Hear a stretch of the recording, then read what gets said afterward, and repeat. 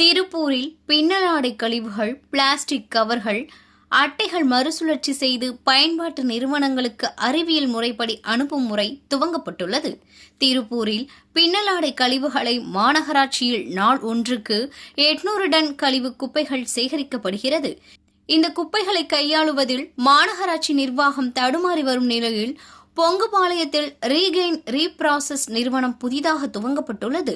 இந்த உலர்கழிவு மேலாண்மை மையத்தில் உள்ள இயந்திரத்தின் மூலம் பின்னலாடை நிறுவனங்களில் உள்ள பனியன் வேஸ்ட் உள்ளிட்ட மொத்த உலர்கழிவுகள், பிளாஸ்டிக் கவர்கள், அட்டைகள் உள்ளிட்ட கழிவுகளை மறுசுழற்சி செய்து மறுபயன்பாட்டிற்கு பயன்படும் வகையில் நாள் ஒன்றுக்கு 90 டன் உலர்கழிவுகளை வகைப்படுத்தி அறிவியல் முறைப்படி அனுப்பி வைக்கப்படுகிறது.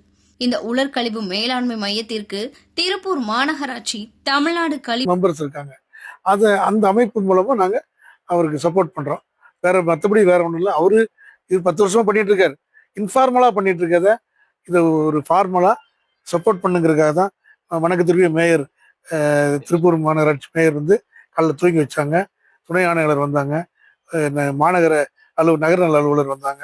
அவங்களாம் வந்து பார்த்துட்டு எங்களுக்கு சப்போர்ட் பண்றேன் அப்படின்னு இருக்காங்க. அவங்களுடைய வேஸ்ட்டும் ஒரு ஜோன்ல இருந்து ட்ரை வேஸ்ட் நாங்கள் கொடுக்குறோம், நீங்கள் ப்ராசஸ் பண்ணி சிமெண்ட் கம்பெனிக்கு அவங்களுடைய லோடை கூட நாங்கள் ஹேண்டில் பண்ணுறதுக்கு நாங்கள் இது பண்ணிட்டு இருக்கோம்.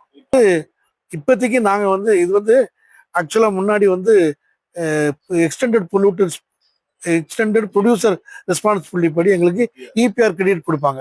பொல்யூஷன் கண்ட்ரோல் போர்டில் கொடுத்துட்டு இருந்தாங்க. அது வந்து அந்த கம்பெனி கொடுப்பாங்க. மோஸ்ட்லி இந்த ஐட்டம்ஸ்லாம் ஐடிசி பண்ணுவாங்க. அவங்க வந்து முன்னாடி 4 rupees கொடுத்துட்டு இருந்தாங்க. இப்போ நிறைய ஆப்ரேட்டர் வந்ததுனால அதர் ஸ்டேட்டில் நடக்காது, நம்ம சொல்லக்கூடாது. அதர் ஸ்டேட்டில் போர்ட்டல் அப்லோட் பண்ணதில் ₹1.50 தான் கொடுக்குறாங்க. அது அந்தளவுக்கு இப்போ நாங்கள் டிரான்ஸ்போர்ட்டேஷன் காஸ்ட்டே வரல. இப்போது நாங்கள் பல்க் வேஸ்ட் ஜென்ரேட்டர்ஸ் இருக்காங்கல்ல, முதற்கட்டமாக அவங்கள்ட்ட மட்டும்தான் டார்கெட் பண்ணி அவங்க ஒரு கிலோவுக்கு இவ்வளோன்னு கொடுத்தாங்கன்னா அந்த டிரான்ஸ்போர்ட்டேஷன் காஸ்ட் எங்களுக்கு இங்கே 40 பேர் ஒர்க் பண்ணுறாங்க. இது வந்தால் போதும், கரண்ட்டு இந்த மாதிரி மெயின்டெனன்ஸ்க்கு இருந்தால் போதும். இது நாங்கள் இன்க்ரீஸ் பண்ணி கெப்பாசிட்டி இன்க்ரீஸ் பண்ணிட்டோம்னா மேனேஜ் பண்ணிக்கலாம். வேற ஒன்றும் இது எங்களுக்கு இதில் வந்து ட்ரை வேஸ்ட்டை சேல்ஸ் பண்ணுற அளவில் கண்டிப்பாக வசூல் பண்ணோம்.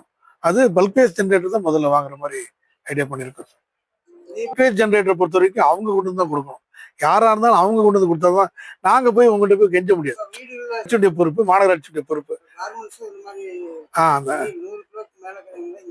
பல்க் வேஸ்ட்டுக்காக தான் அது நாங்கள் எய்ம் பண்ணி போட்டிருக்கோம். மாநகராட்சி வந்து அவங்க ட்ரை வேஸ்ட் வாங்குறாங்கல்ல, அது அவங்க வாங்கும்போது அவங்க கொடுக்குறத நாங்கள் வாங்கிக்கிறோம். அவங்கள்ட்ட நாங்கள் எதுவும் பேமெண்ட் வாங்க மாட்டோம்.